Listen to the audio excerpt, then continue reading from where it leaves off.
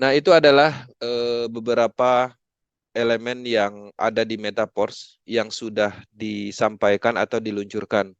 Ada tekstil, ada Universe Matrix, ada NFT royalty, ada Porsquin, ya. Kedepannya ada penambahan edukasi sesuai dengan program yang akan diluncurkan berikutnya, Metaverse. Kemudian mana program tekstil good. Jadi ada banyak peluang uang di dalam satu ekosistem. Nah, selanjutnya di Metaverse ini terkenal dengan kenyamanan, ya, keamanan. Apa aja kenyamanan utama bisnis Metaverse? Setiap orang yang mindsetnya adalah bisnis memerlukan ini. Ini tidak berlaku bagi para penjudi atau spekulasi di dalam network. Ya, mereka tidak membutuhkan kenyamanan, yang penting mereka mencoba-coba mendapatkan uang. Tapi ketika mindsetnya adalah bisnis, maka Metaverse sempurna. Inilah kenyamanannya karena memang tidak ada beban sistem. Metaverse tidak ada istilah gagal bayar. Kalau matriknya di detik ini menghasilkan bonus, detik itu juga menghasilkan. Langsung masuk ke dompet wallet.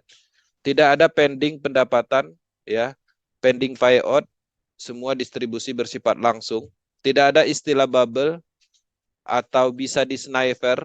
Jadi daya tahan sistem ini tidak ada beban sama sekali. Sehingga ketika tidak ada beban, artinya tidak ada risk atau risiko bisnisnya tutup atau gagal bayar. Di sini juga tanpa beban moral. Mungkin dulu kita merasa bersalah kepada si A, si B karena ngajak orang bergabung di BO. Mereka masuk 10 juta, setelah 1 bulan baru dapat dikit, bisnisnya tutup misalnya. Sehingga kita yang disalahkan, memperkenalkan bisnis penipuan.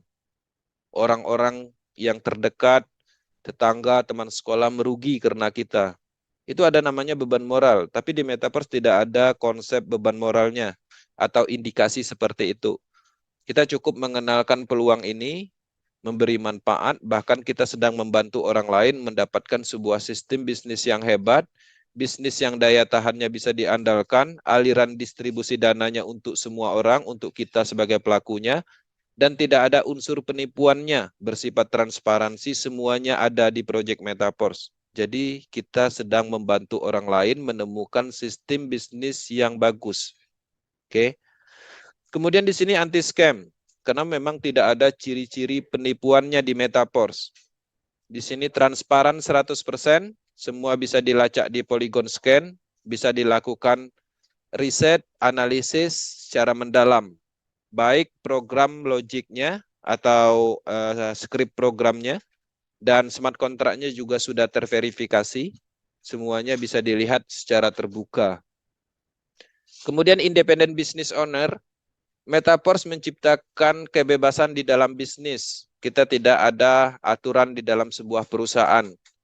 Kita benar-benar bebas menjalankan bisnis Metaverse. Kenapa? Karena sistemnya sepenuhnya kita dapatkan. Jadi secara logika Lado hanya membuat sistem bisnis, kemudian sistem bisnis itu ditanamkan di dalam jaringan Polygon blockchain dan itu berlaku untuk umum.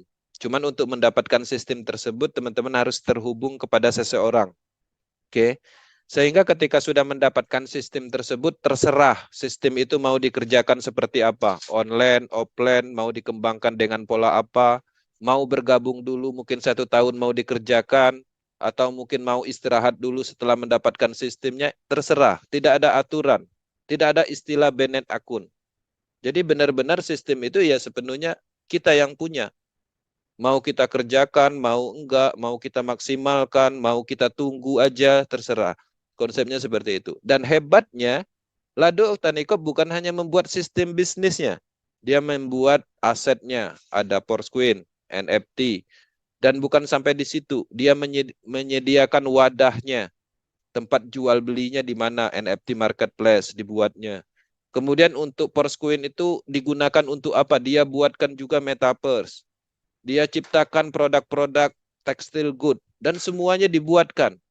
Tinggal kita kembangkan, tinggal kita manfaatkan, kita ciptakan nilainya, maka kita akan menghasilkan. Jadi polanya hanya itu. Sehingga kita sebenarnya di sini adalah independent business owner. Mindsetnya bukan lagi ikut-ikutan. Kita sebagai pelaku utamanya. Sehingga saat ini ada 1.700.000 orang yang bergabung di Project Metaverse di seluruh dunia, 1.700.000 owner yang mengembangkan ekosistem ini.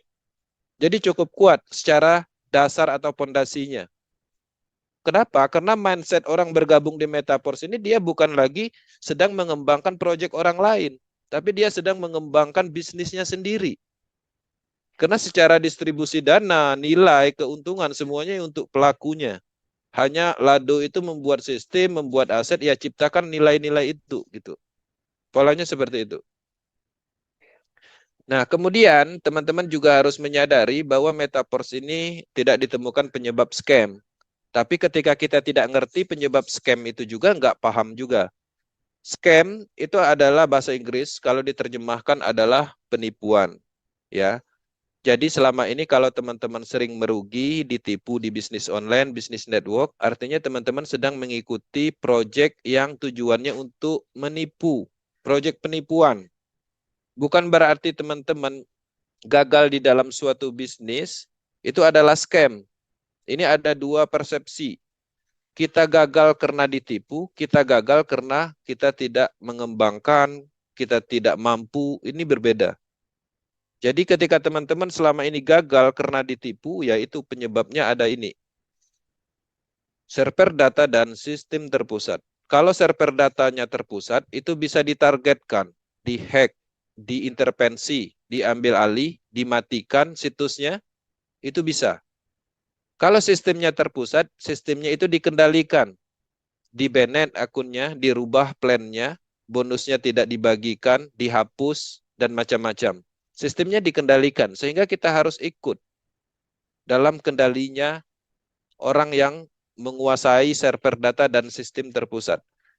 Kalau server data dan sistem terpusat, kita mengembangkan bisnisnya bertumbuh, kita kembangkan, misalnya berhasil membentuk komunitas 1 juta orang. Kalau server data dan sistemnya terpusat, tetap 1 juta orang yang kita kembangkan, berhasil kita kembangkan itu di dalam kendali ini. Kalau mereka mau matikan situsnya, kita mau apa? Kan sia-sia kita membangun komunitas sebesar itu. Tapi di Metaverse, tidak ada kesia-siaan.